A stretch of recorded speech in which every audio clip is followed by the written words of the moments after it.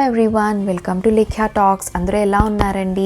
నేను ఈ వీడియోలో మీతో ఒక హెల్దీ అండ్ టేస్టీ రెసిపీని షేర్ చేసుకుంటున్నానండి. అదేంటంటే మొలకెత్తిన పెసల కూర, స్ప్రౌట్స్ మూంగ్ దాల్ కర్రీ అండి. ఇది చాలా అంటే చాలా టేస్టీగా ఉంటుంది అండ్ ఎంతో హెల్దీ కూడా. మరి ఖచ్చితంగా అందరూ ట్రై చేసి ఎలా వచ్చింది అనేది నాతో కమెంట్స్లో షేర్ చేసుకోండి.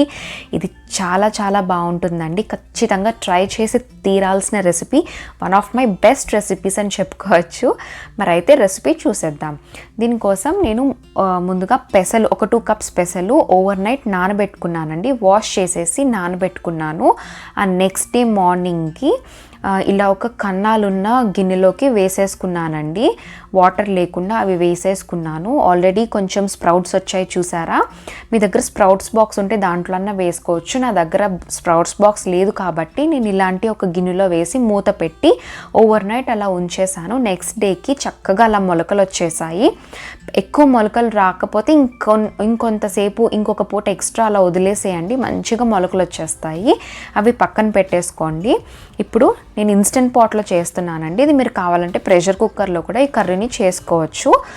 ముందుగా ఇన్స్టెంట్ పాట్ వేడెక్కిన తర్వాత సాటే మోడ్లో పెట్టుకుని వేడెక్కిన తర్వాత ఆయిల్ వేసుకున్నానండి. ఆయిల్ వేడెక్కిన తర్వాత ఒక బిర్యానీ ఆకు, ఒక చిన్ని దాల్చిన చెక్క, ఒక లవంగం వేసుకుని ఫ్రై అయిన తర్వాత సన్నగా తురిమిన ఉల్లిపాయ ముక్కలు అలాగే పచ్చిమిర్చి కూడా వేసుకున్నానండి.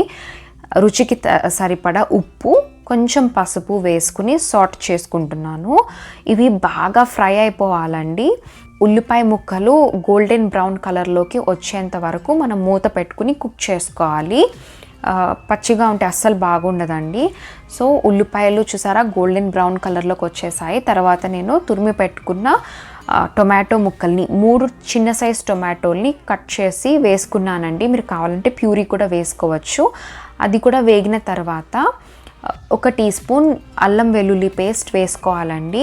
ఇవన్నీ కూడా బాగా ఫ్రై అయిపోవాలి అండ్ ఎలాంటి పచ్చివాసన అనేది కూడా రాకుండా ఉన్నంత వరకు మనం ఫ్రై చేసుకోవాలి. అవన్నీ మంచిగా ఫ్రై అయిపోయిన తర్వాత 1 టీ స్పూన్ కారం వేసుకుంటున్నానండి. కారం వాసన పోయేంత వరకు ఒక 5 మినిట్స్ కుక్ చేసుకోవాలి. తర్వాత ఆ మొలకలన్నీ పక్కన పెట్టుకుని ఉంచుకున్నాం కదా, అవి దీంట్లో యాడ్ చేసేసుకోవాలండి. ఇప్పుడు ఒక 5 మినిట్స్ అలాగా సాట్ చేయండి. సాట్ చేసిన తర్వాత ఒక 2 కప్స్ వాటర్ యాడ్ చేసి ప్రెషర్ కుక్ చేయాలండి. ప్రెషర్ కుక్ చేసి, నేను ఇన్స్టెంట్ పాట్లో కుక్ చేస్తున్నాను కాబట్టి ఒక 7 మినిట్స్ నేను కుక్ చేశాను. అదే మీరు ప్రెషర్ కుక్కర్లో కుక్ చేస్తే ఒక 6 to 8 విజిల్స్ అయినా వేయించాలండి. ఎందుకంటే ఇది గింజగా ఉంటే అస్సలు బాగుండదండి. ఎంత మెత్తగా ఉడికితే అంత బాగుంటుంది. దీని టేస్ట్ ఎలా ఉండాలి అంటే నోట్లో పెట్టుకుంటే కరిగిపోయింది అన్నట్లు ఉండాలన్నమాట.